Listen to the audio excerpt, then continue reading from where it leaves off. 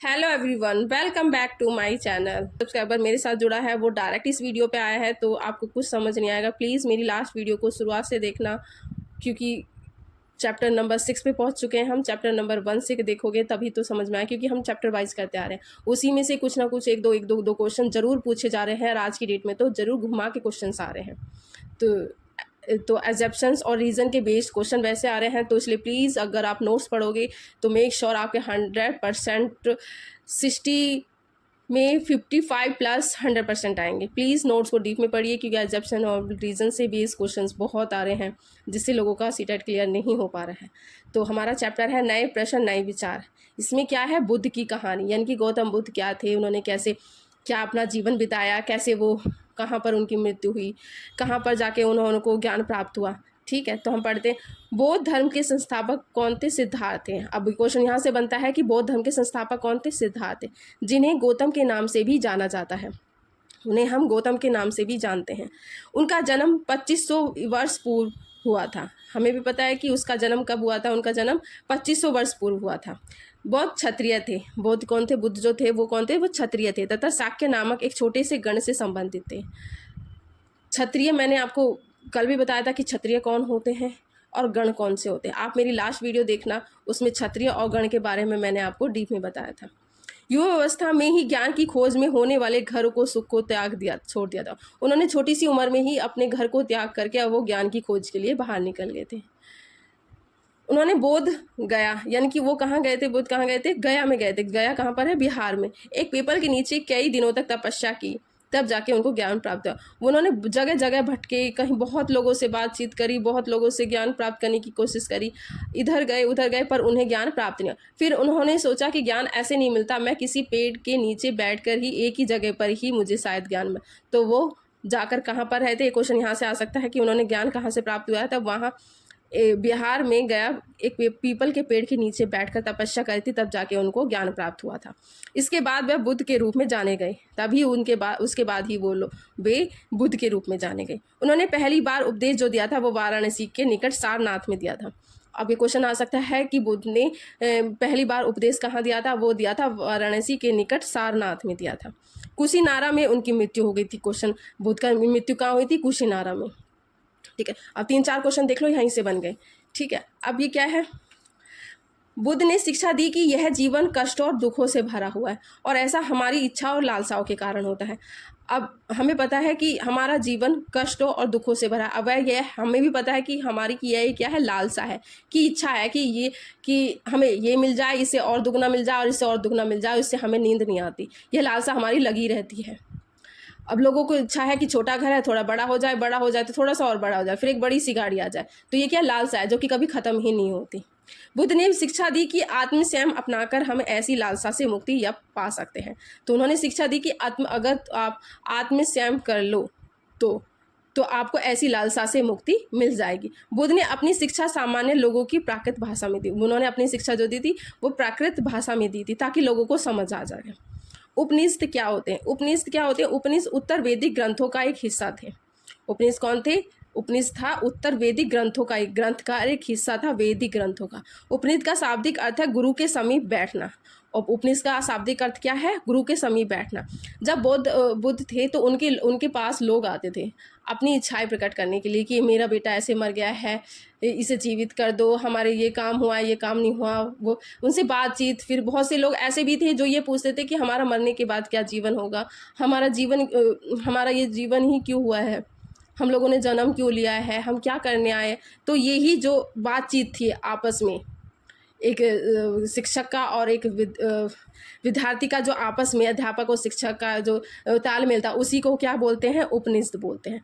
गुरु के समीप बैठना यानी कि उससे बातचीत करना, उसी को ही क्या कहते हैं? उपनिषद। प्राय ये विचार सामान्य वार्तालाप के रूप में प्रस्तुत किए गए। बाद में ये विचार थे, ये ऐसे ही थे कि वार्तालाप के रूप में प्रस्तुत किए, क्योंकि लोगों के दिमाग में बहुत सारे क्वेश्चन होते हैं।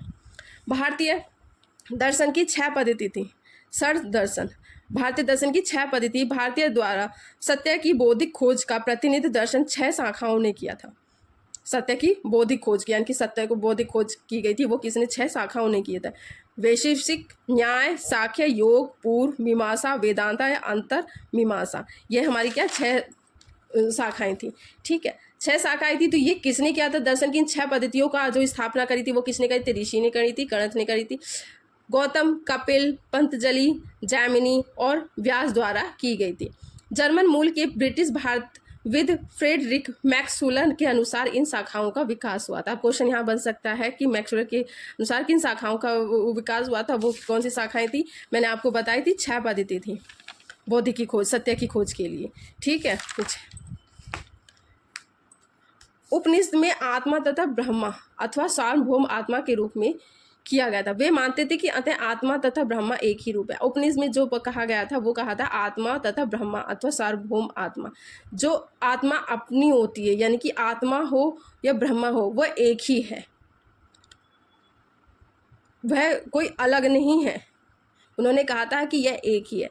वह व्याकरणविद पाणिनि, ये व्याकरणविद पाणिनि ये क्या है? ये क्या है? एक प्रसिद्ध विद्वान थे। पाणिनि ने एक प्रसिद्ध विद्वान थे। इन्होंने क्या करी थी? संस्कृत भाषा के व्याकरण की रचना की थी। इन्होंने क्या रचना की थी? एक विद्वान थे पाणिनि, उन्होंने क्या करी थी? संस्कृत भाषा की।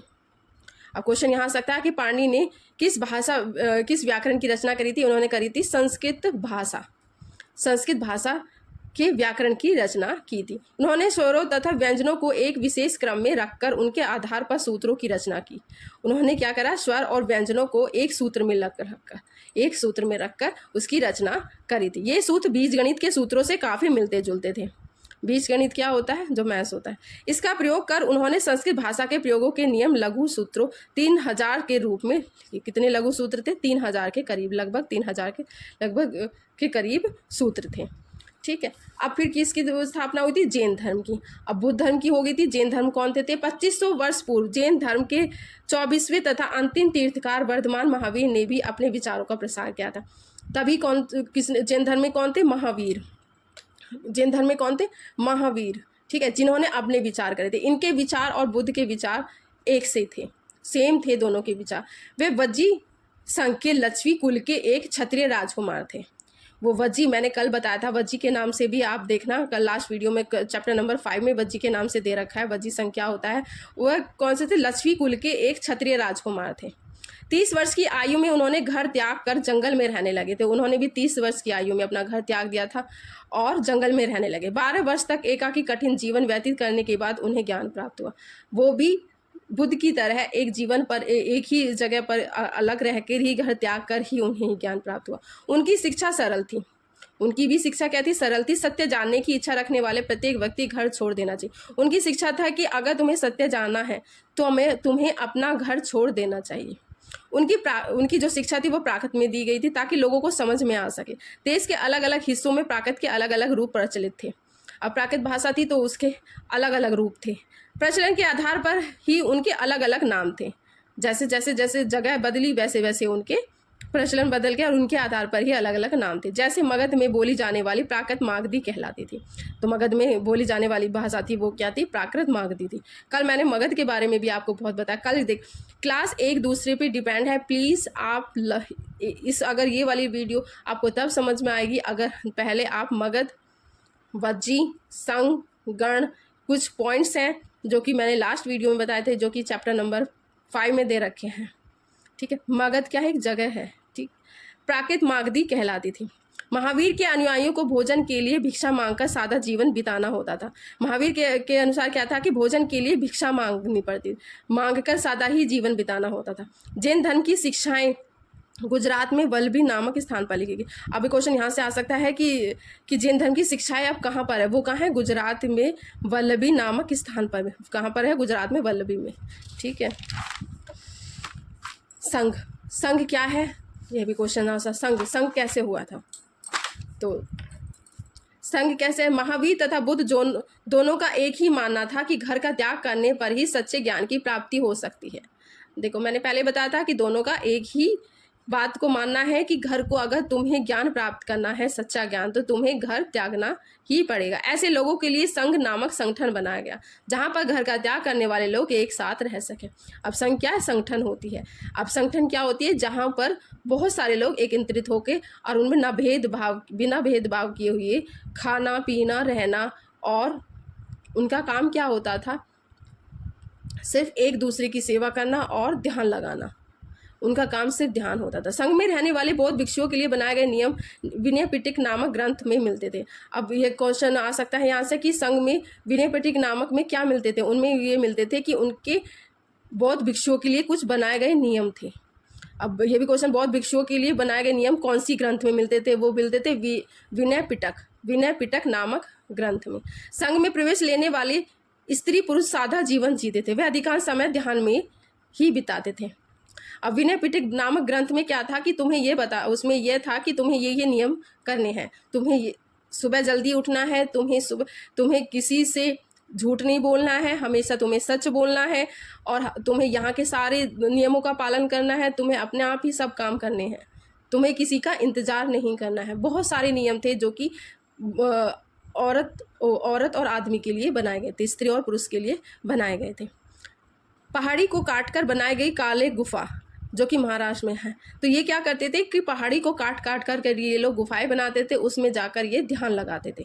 वहाँ छोटे छोटे कॉलम बना देते थे जिसमें हर लोग बैठे रहें, ताकि ये लोग वहाँ जाकर ध्यान कर सकें। तो ये क्वेश्चन आ सकता है कि काली गुफा कहाँ है? ये कहाँ है? महाराष्ट्र में। ये काली गुफा में क्या करते थे?